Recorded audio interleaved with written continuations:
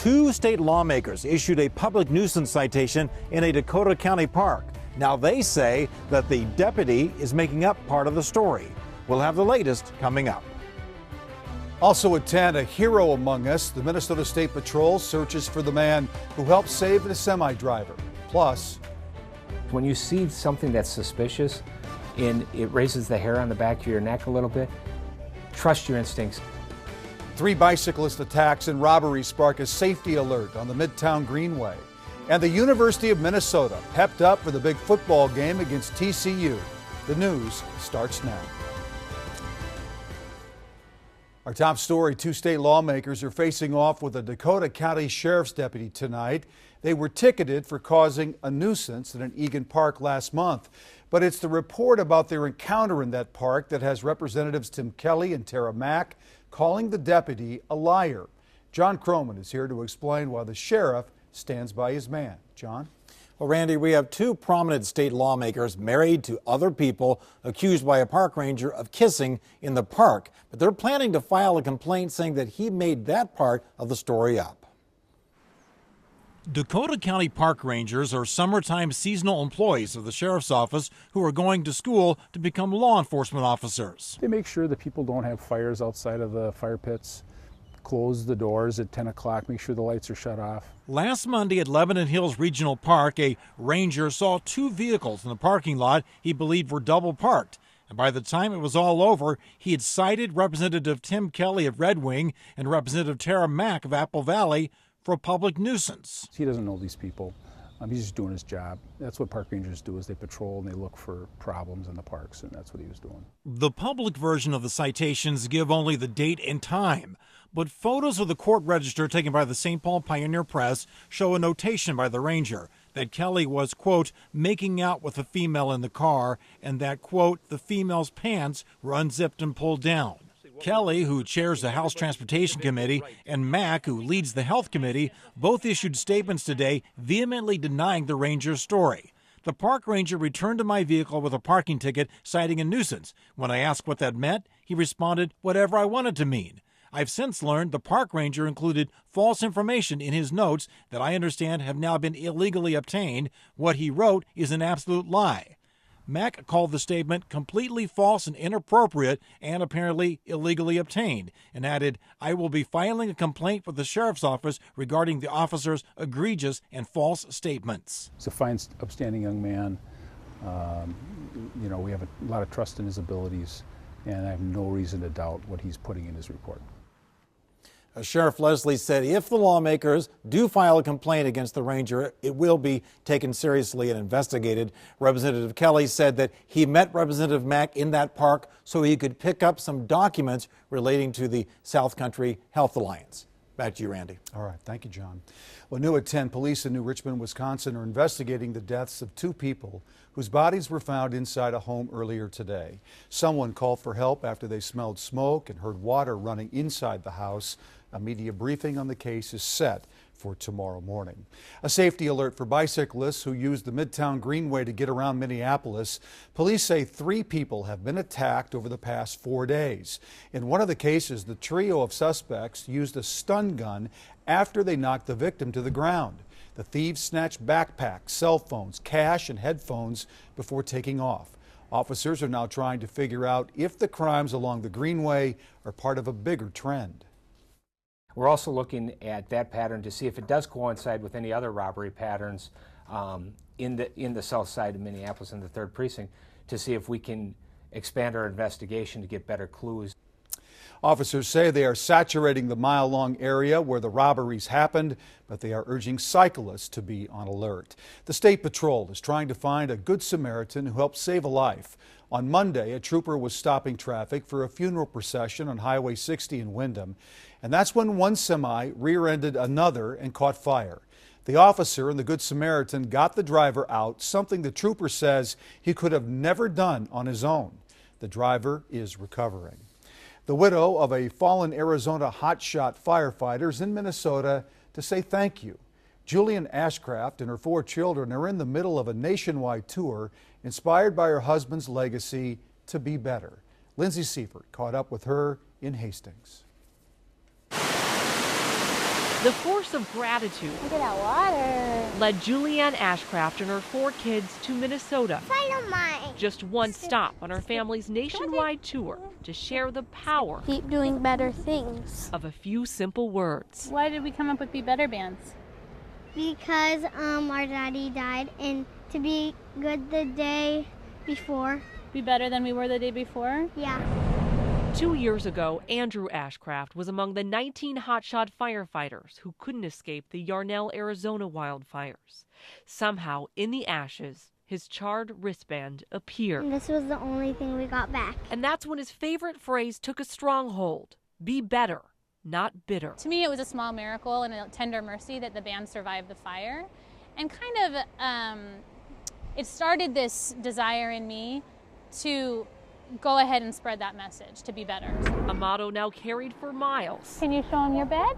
This one's mine. As the family's tour bus visits all 50 states. So all of the colored states are the ones we visited already. Every place brings a personal thank you to the thousands who have donated to their family, like Minneapolis's Homes for Heroes program. And I wanted them to be able to see my kids and know that they saved real lives, you know, in our moments of need. One more. With Julianne's new boyfriend Jason along for the journey, the family shares everyday reminders. Wait, that one says Dad's name. A new life can be better together. A little bit better each day is all that we need. Just choice. The family has now visited 21 states and is headed to the East Coast next. They will wrap up in December in Hawaii to thank a donor there. And everywhere, Randy, they pass out these bracelets. And if you want to follow along, we'll link their website, the Be Better Brigade, to our website, KARE11.com. All right, thank you, Lindsay. Well, the Archdiocese of St. Paul, Minneapolis is removing one priest and reinstating another. Both cases center on child sex abuse allegations. The Archdiocese removed Reverend Joseph Gallatin. In 1998, Gallatin was accused of sexual abuse.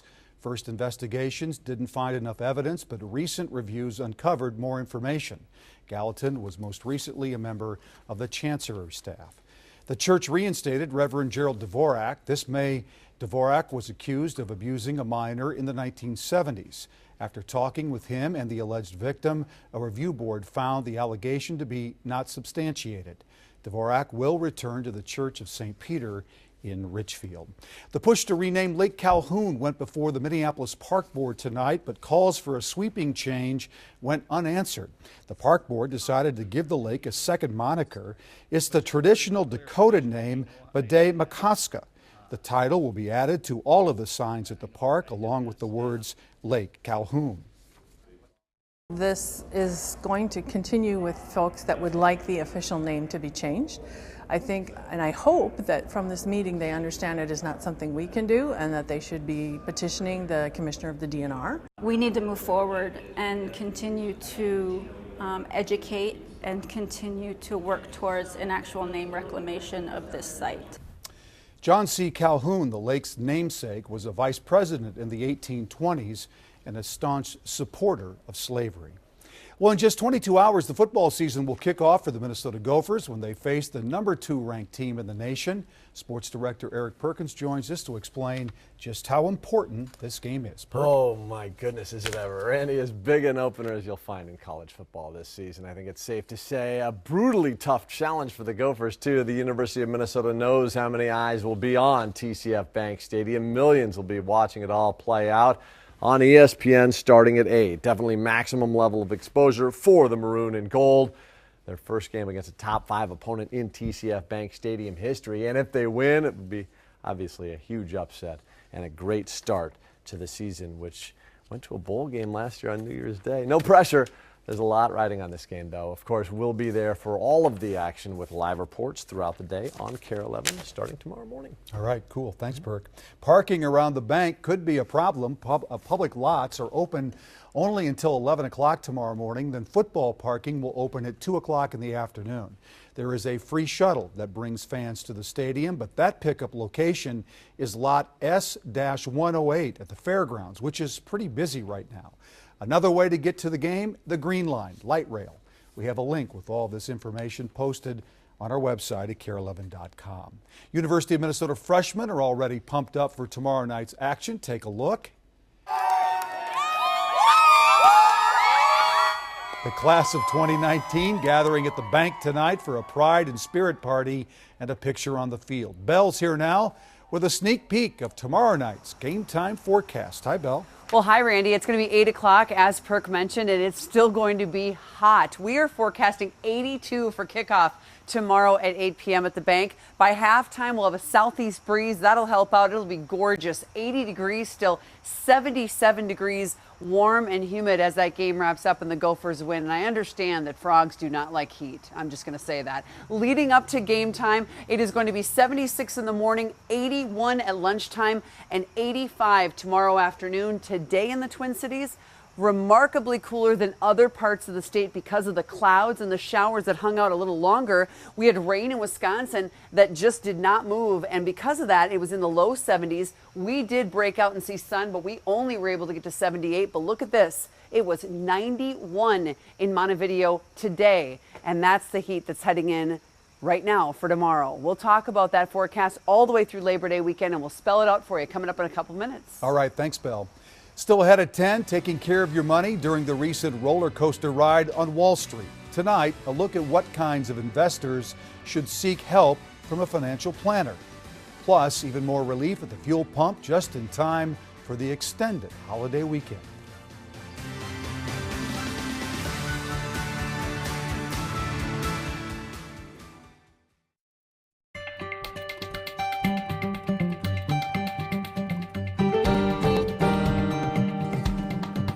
Well, some good news today. The Dow closed up 293 points after a 470-point fall yesterday. With today's market uncertainty, when is the right time to consider professional financial help? Well, Chris Harapsky has more in tonight's Take Care of Your Money report. These days, the stock market looks more like an EKG than a money guarantee. Big swings can bring big fears for so many investors. So when is it time to consider help from a professional advisor? Let's start with this. Can you answer these questions? What are your income, expenses, your assets, your liabilities, your net worth? How are you managing debt? What are the habits that you have personally? If you cannot answer them, but still have firm financial goals, a planner might not be a bad idea. It comes down to fundamentals and being unemotional. Steve Soderstrom is a fitness instructor for your wallet, aka Certified Financial Planner. He says most people don't know what success looks like for their own financial situation. So first, it's defining what is the blueprint that you should be under.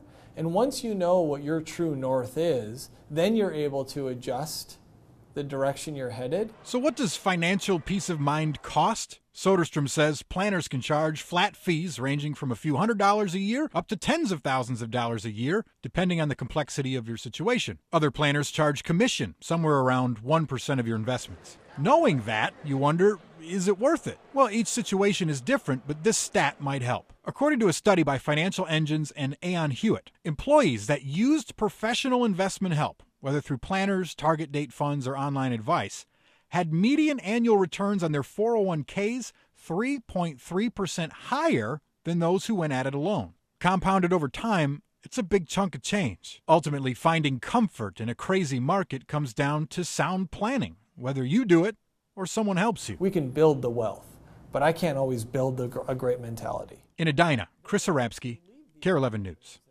Soderstrom says the best way to find a financial advisor you can trust is through referrals. You can also find a list of certified advisors near you by going online to the National Association of Personal Financial Advisors website. Well, if you shop at Cub Foods, you may want to check your bank statement. The company Cub uses for credit card transactions experienced a technical issue on Friday, and that disrupted the payment system. That means some shoppers may have mistaken charges. Cub says it's working to resolve those issues. If you're hitting the road this Labor Day weekend, you'll likely see the cheapest gas prices in over a decade. That adds up to nearly $1.4 billion in savings. August gasoline prices plummeted by 18 cents a gallon, which is the greatest decrease since 2008. The $2.44 national average is 99 cents lower than a year ago. Here in Minnesota, the price for a gallon of gas unleaded is now 4 cents less at $2.40. And I'm sure there'll be a lot of people that'll be heading out this weekend to see family and friends on this Labor Day weekend. And go float somewhere and relax. Go to a lake, someplace nice and quiet. Be great. Before the hustle and bustle of school really begins. For a lot of folks, that starts next week. Yep. We're going to talk prep football in a second because I know it's important tomorrow night and Friday night. That's correct. It's going to be very warm both nights, but I have some video I want to show you. You know, Okay. we've been, of course, on this Monarch mission since What do you got? June, and since April. This is from James Grapentine, and he took this at Henderson, and I know it's really hard to see, look at all but those. he found an entire flock of monarchs. And Wow. he said they're moving south. He, of course, is from Henderson, which is south of here. And he found a big bundle of them. And I love this video. And I so appreciate all the pictures and all the video that folks have shown us this year on this mission. And it has been remarkable. And we understand from a number of folks that they really do think that the monarch population has increased. Of course, we're talking about you know, a number that really does need to increase because it is a tenth of what it used to be. But it is always very nice to see one and to see a whole bunch. Are you kidding me? Good stuff. Let's take a look at that prep forecast for tomorrow night and Friday night. Both nights, looks like it's going to be pretty similar, but 84 for kickoff at all of those fields. Partly cloudy, looks like both nights will be dry, and it'll be warm for the beginning of September for the boys out there. So that is what we want, what we will anticipate, and we'll have, of course, lots of updates as we move through the next 2 nights with the Prep Sports Extra, of course, with Randy Shaver and Perk and all the folks back in sports. Ryan Shaver as well. So today we had, of course, the heavy downpours this morning. We'll show you rain totals in a minute. It woke up on many of you, myself as well. And then late today in the midday hours, these storms kept training over the same area. And because of that, the clouds stayed over the Twin Cities longer. We ended up being a lot cooler than many other parts of the state. But along with that, we had some super heavy downpours. And this is where the estimates lie. As you can see, everywhere that is blue is right around an inch. But there were estimates from Marshall to Mankato of possibly up to 5 inches in a few spots. And then south of Prairie Farm, north of Boyceville, just north of Menominee, a couple of spots seeing 6 inches of rain today. Pretty remarkable. Now, the next 2 days, hot and humid with partly cloudy skies. And then as we head toward the all-important Labor Day weekend, we do have this front that's going to be moving through, and we expect on Saturday early morning and late night storms. And then Sunday, if you notice there, that is when the main big bulk of moisture comes through. That's when the best chance of widespread thunderstorms in the Twin Cities and pretty much statewide will be Sunday afternoon and Sunday night. So 88 tomorrow, 89 Friday. And then, as I mentioned, isolated storms possible both early and late on Saturday, and it will be 86. The bulk of the day should be partly cloudy and pretty humid, breezy as well. Then Sunday, a good chance of storms, but again, most of them will be late in the day on Sunday, and then we clear out on Monday. So here it is, Saturday, Sunday, Monday. We have just that isolated risk on Saturday, the better chance on Sunday night, and then after morning rain on Monday, a slight chance of early morning showers, we clear out. And we're right back to 78 degrees on Monday. And then next week, as the kids head back to the classroom and everyone kind of gets back into their schedules, it'll be pretty decent. 73 and 72. That'll feel like September. The next 2 days, wow, feeling like summer. But you were saying the other day that those temperatures next week, that's kind of the trend for that whole week, right? Yeah, the whole week looks like it'll be in the 70s, all of next week. All right, thanks, Bill. All right. Coming up in sports, the Twins and the White Sox square off as that playoff chase continues for the Twins. And the Vikings with their final tune-up of the preseason. Sports is coming up next.